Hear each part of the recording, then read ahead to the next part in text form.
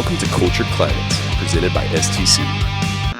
Company culture is complex, like trying to track down Sasquatch, but we're here to dive into the belly of the beast. Join us for first-hand stories from leaders, along with transformative ideas and insights impacting organizations and people. Ready to climb it? Let the journey begin. So culture has been very, very difficult to peg when you're asking the question in general terms. We've spent a lot of time with a lot of clients over the last several months trying to figure out what exactly is culture, is it definable, and if it is definable, what are some of the specifics that lead to a great culture? And every time we had someone come in, they brought some of the best ideas. Some of them were ideas that we implemented ourselves, and some were ideas that were so crazy to us but worked for them that it was just really a great experience. And I know that when we set out to drive out a podcast or some content, our real intention was just to hear from some of the great clients that we've had and truly try to understand what makes them tick. And it was our effort to get inside the heads of those that we respect and appreciate and that have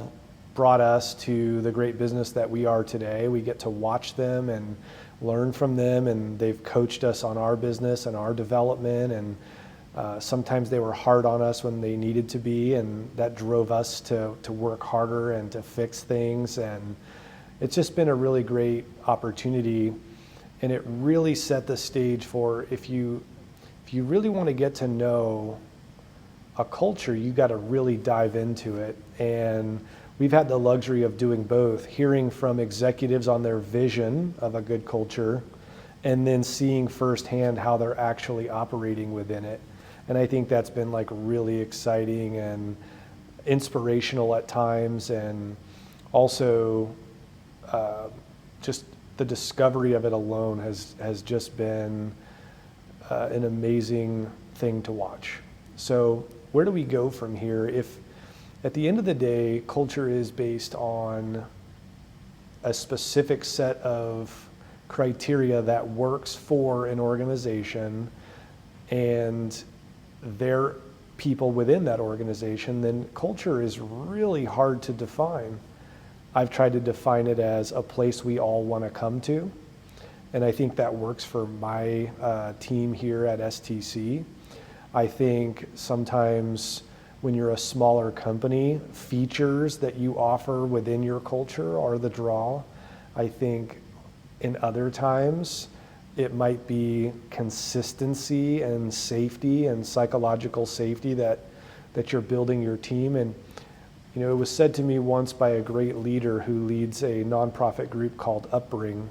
The CEO, Mike Liu, told me that the owner of a business or the leader of the business begins to take what he or she wants and starts to perpetuate that through the system, and eventually individuals on that team will start to adapt some of those intentions. Oftentimes that can be negative, and other times that could be a very positive thing. And so what's interesting about that is how a culture ends up and how it actually works is when some of the best part of the leadership and the intentionality of the leader starts to seep through every single part of the organization, and it really brings out the best in everyone. That's a successful culture. And whatever those features are, we heard from many people on the podcast about what features they offer their employees and their ambition, but what they didn't often talk about was like why they wanted that. Why did they choose to offer certain things that generate a family feel or a psychological safe environment? I know that for my culture, the thing that I've always wanted was psychological safety. That's something that I grew up yearning for, and so as the company was built over the years, I realized that the need for me to create the environment that I could not find elsewhere was the most important thing for me to do. And I know that we've gone through many iterations, and we've had people on our team that they didn't align with that core value. And I think the signal for that core value was really growth mindedness and willingness to continue to grow and know that what we're doing today will be evolved tomorrow, and stepping into those roles. We often found in our early culture that we hired experts in our industry, or we transplanted people within, and the company was growing at about 30-40% clip per year, and the needs of the business were changing. The clients were expecting new things, and early on in our culture, we had to wrestle with some of the problems around the growth mindedness arena, and our culture was very difficult in that time because we were a growing business. There was demands being placed on our business by our professional calling, and safety and risk management. It's a very serious job, much like the other companies that we serve. Their job is very serious, and if not done well, it could cause harm, or worse, it could cause death or injury. And so, early culture for me, I realized that it was not about the features I can put in place. It was more about being consistent in my belief that we could be better and that we needed to be better. And boy, did I rub a lot of people wrong in the early stages of our business, because I was just so demanding on the growth mindedness culture. And I felt like at the time that growing through some of the problems and leaning on continuous improvement would allow us to get to a point where we can figure out who we are as a company, and then start aligning with people that believed the same thing, or realigning people within to the new vision of the company. And so sometimes it's features, but it always goes back to the leader and what are they really trying to do with the business? Are they trying to create a sustainable future and leave a mark and leave a legacy? I think a lot of people might say that that's the case, and those are just generic anecdotes to entrepreneurship. But if you really dig down and you get to know these leaders and executives, and whether they're owning a business or they're operating a very important piece of a business, why do they behave the way they do? Why do they try to instill certain things that seem in the early stages awkward? The culture doesn't accept these principles or even understand what's trying to be done because they don't understand the intentionality behind it. So, for instance, in our early stages, I think people were confused because I wasn't revenue focused. I wasn't trying to build a business for the sake of money, although that was important and we needed to do that. I kept trying to create an environment where I felt safe in, and I felt like I could grow and thrive, and I wanted to be in a role that allowed me to be the best me. And for many years, I wrestled with the fact that I'm not a great professional manager. That's not my background. But I am a great, scrappy, entrepreneurial startup with a great vision about what it is that needs to be done. And then I would play the role of manager or president or senior level consultant or whatever I had to play in the business. And then what I realized with that is that I was being disingenuous for too long in the role, and I was trying to get my vision, which is several years down the road, and get the culture installed in a business that wasn't ready for it in the early stages. And so now moving forward with culture, I realized that as a leader, you've got to keep growing yourself, and you've got to understand that if you keep running toward your vision and you look back and nobody's coming, or they're coming and they're being very difficult to work with, and the culture is, you feel like you're pushing a rope or you're pushing some heavy object up a hill, then that just means that the signal for growth and internal growth can't be solved by a feature. It can't be solved by some sort of cultural gathering or family picnics. We've had many family picnics, and then after the family picnics were over, we had the same problems over and over again. And I suppose that consistency can play a role in that, but culture really comes down to, do you have the right people on? To me, watching our clients operate, and some of the best ones that I look up to, their core values are really built around some type of behavior. And I think it came from like early scars in their business where they had to create a core value to counteract some sort of behavior. As an example of this, when I first started out in the business, we could offer base pay and it wasn't very competitive.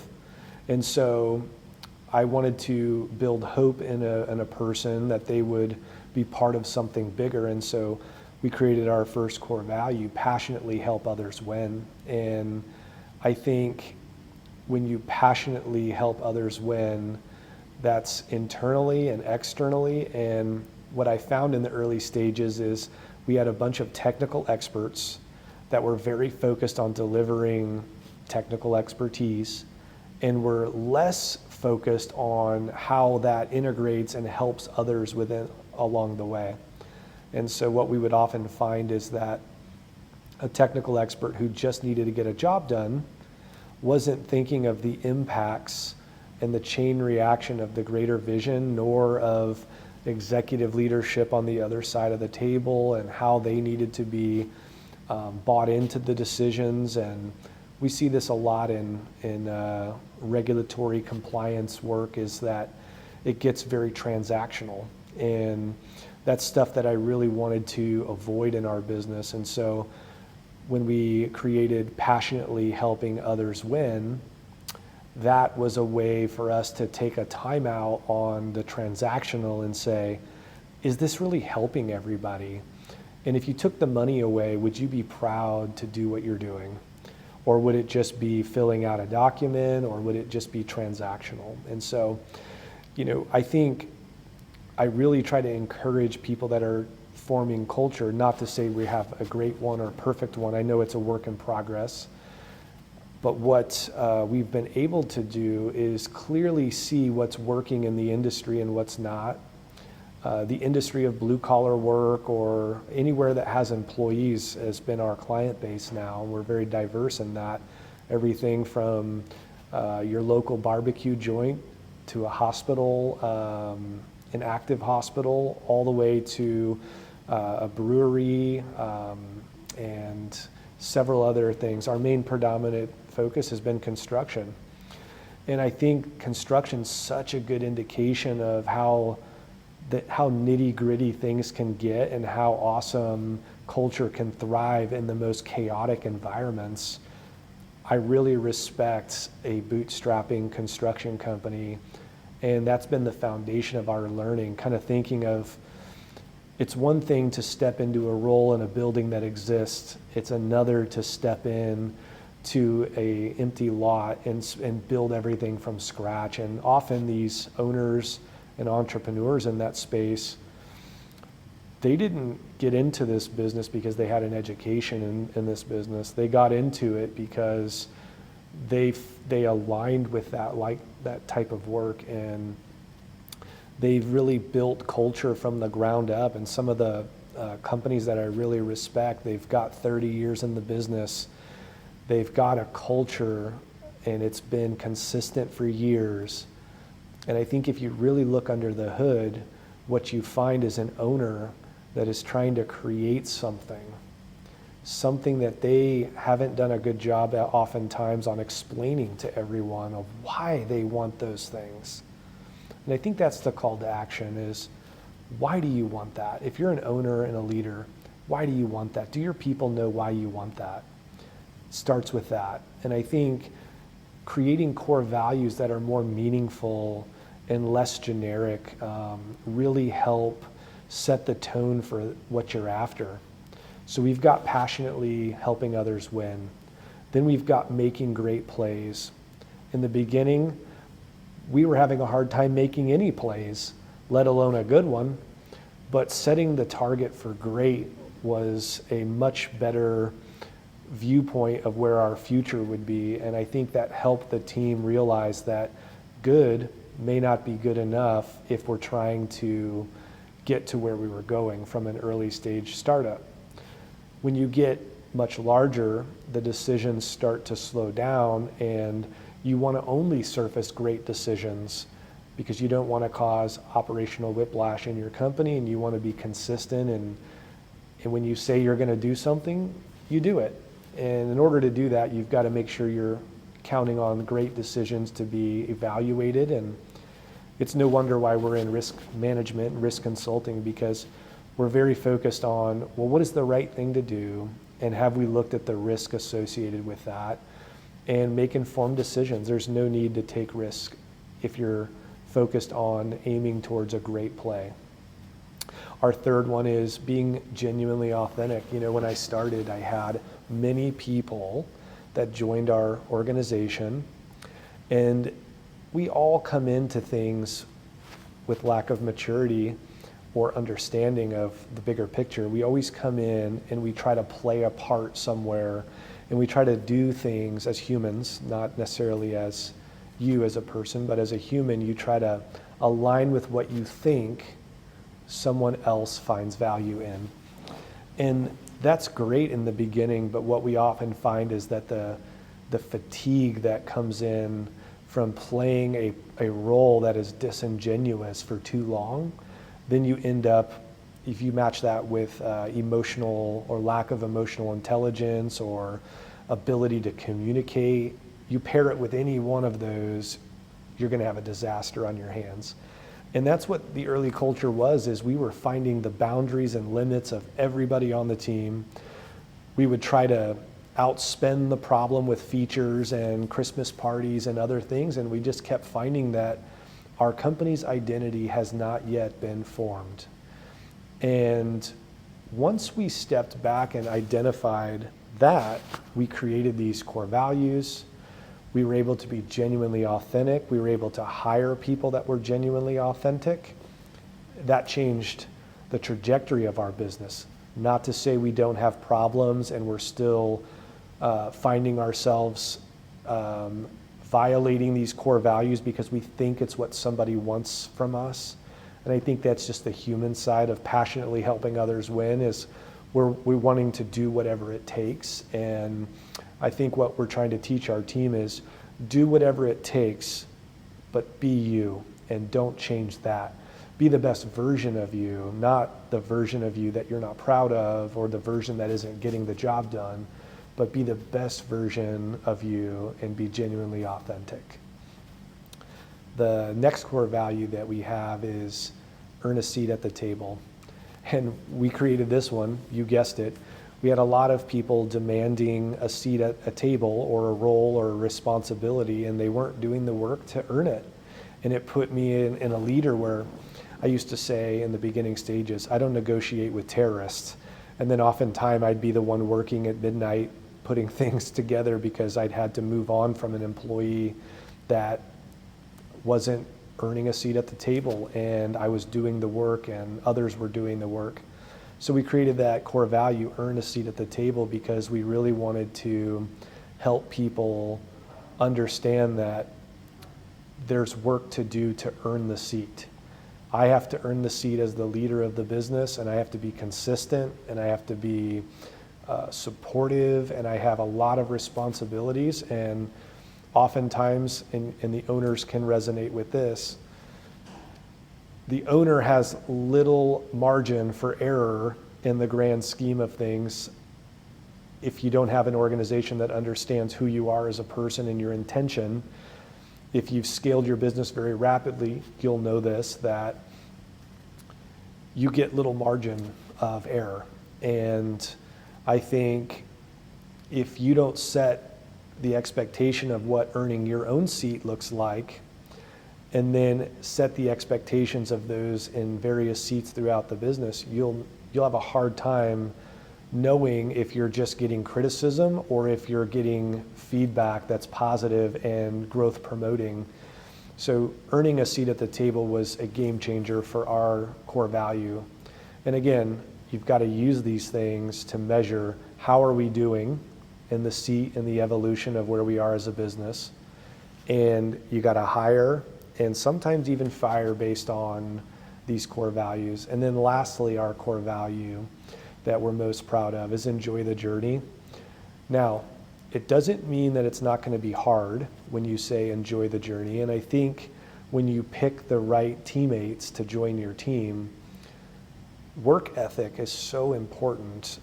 Great communication skills. I often said that there are just a few things that you need to stay working here, no matter what we offer as a service or who the client is. You really just need a few things. One of those is be a great communicator, have an outstanding work ethic, and tell the truth and be honest about what's going on and or what your lack of understanding might be. Just tell the truth, be honest, be open, and be a great communicator.